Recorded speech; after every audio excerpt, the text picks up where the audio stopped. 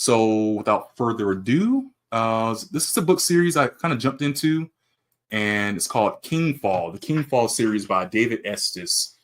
So this is an epic fantasy story that involves a large cast of characters, and it follows a similar vein of Brandon Sanderson's stuff. If you're familiar with Brandon Sanderson, the epic fantasies like knights, dragons, magic, gods, monsters, and all kind of stuff. And I think this is a series that is very comparable to his Stormlight Archive. And also another popular series is the Wheel of Time.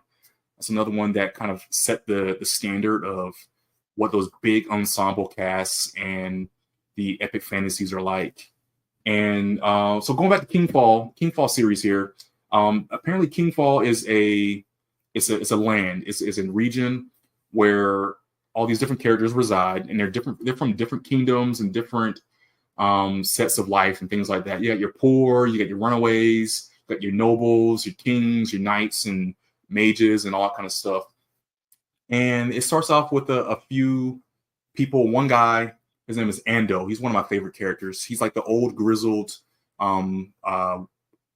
like general kind of thing, and he loses his family very early on in the book, and that sets him on a journey to he becomes a prisoner, not to spoil too much of it, and along his journey he uses a lot of his skills to kind of keep himself alive and to kind of solve a lot of mysteries along the way.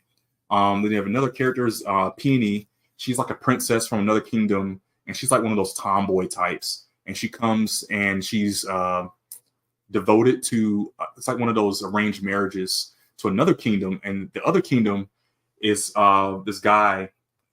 other prince. And he's actually like the ruler of his country against his will. Like it just kind of falls in his lap. And his country does with dragons. They have a lot of dragons and stuff.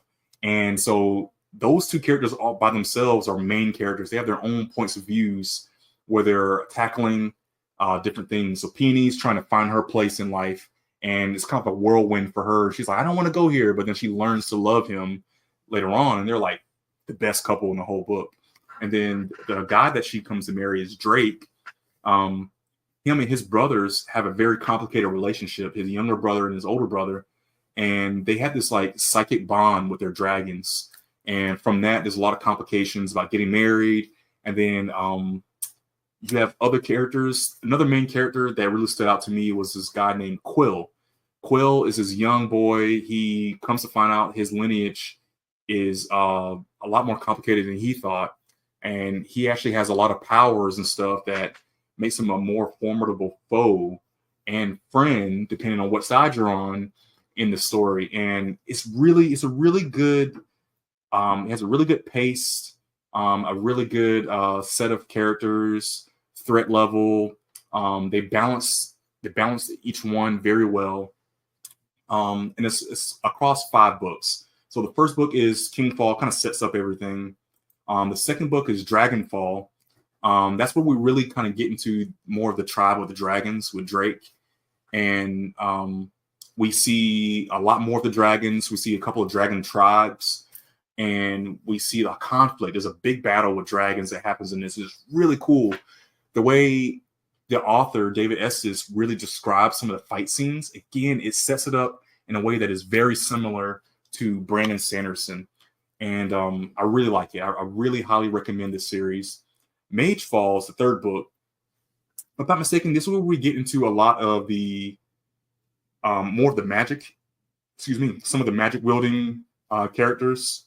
Because magic becomes a big part in the series where there's lots of swords that have magic to them. There's spells of different dimensions and different ways you can talk, and it affects people, and there's different creatures and stuff like that.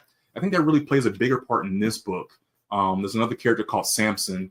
He's a blind kid, a blind prince, and he ends up having to prove himself to himself and to others just how valuable and how powerful he really is. So that's that book, Magefall. Nightfall.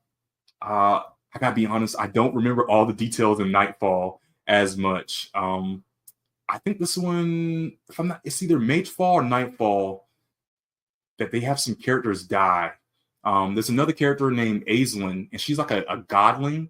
They're like half god, half almost like a demigod kind of thing. Like she lives forever, and she has the power to heal, and that's kind of it. But it's still a really powerful species to have in the world. And I think at one point she comes along a tribe of people that are they're like heretics.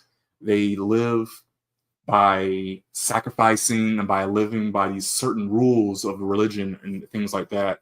And she kind of comes in and disrupts things. And she empowers a lot of the women in that village to be more than just a body. And it's very powerful writing. I love the writing in this because I feel like women don't get a really good shake when it comes to writing a lot of stories and movies and TV shows. They either always use women as a sexual object or as an emotional creature that shouldn't have a place, or it's really those two things. And like she can't do anything unless she has a man in her life to save her. And I feel like this series really showed how much more women can be characters. You can be a real character without being a destitute object. And then Infall. Now, this is why I kind of wanted to bring this series up, because Infall is the last book. It finalizes the whole story. It brings all the characters together in culmination. And it's a big, big, epic scene in this book that it's like a big fight. It's like the end game of the Avengers. And when you finish Nightfall, I thought Nightfall was really good about bringing a lot of the characters together in different ways. Start connecting some of the dots where everybody was separate in the first book because he was introducing them. Nightfall starts to integrate some of these characters to teams. And I was like, I don't see where the big threat is. I don't see I think they start setting it up in this book where you're like, oh, wait a minute. Is that guy a bad guy? Wait, or is he a good? Oh, I don't. And then you get to Infall and it's like, whoa, I didn't realize that was going to happen. And that guy was going to be the bad guy. And I didn't realize this guy was going to die and this person. And then they all come together. Like I said, like the Avengers. And it's this big epic fight scene with these monsters and these magic swords and all these kind of things and stuff. And I gotta say, this was a really good series. All 5 books. Like I said, I don't remember book 4 as much. I remember a few little details. Because it took a while to finish all. I think it took all year to finish all these so far. And Infall I finished 2 days ago, and I was thoroughly impressed with the story, with the pacing in all 5 books. I was impressed with the danger. The characterizations of each character were different. They had their own challenges. Some of the side characters was cool.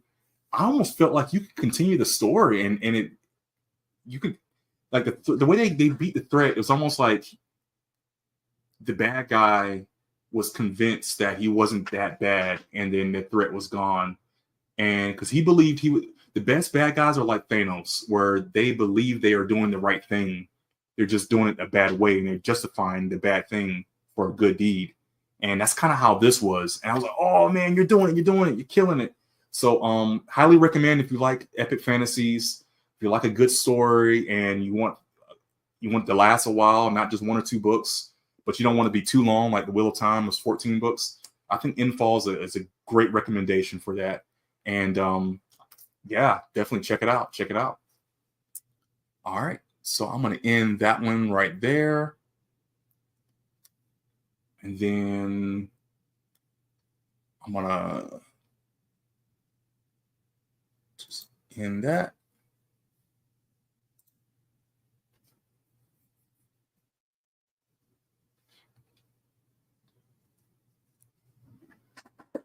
Oh, excuse me. Sorry. Whew. Okay.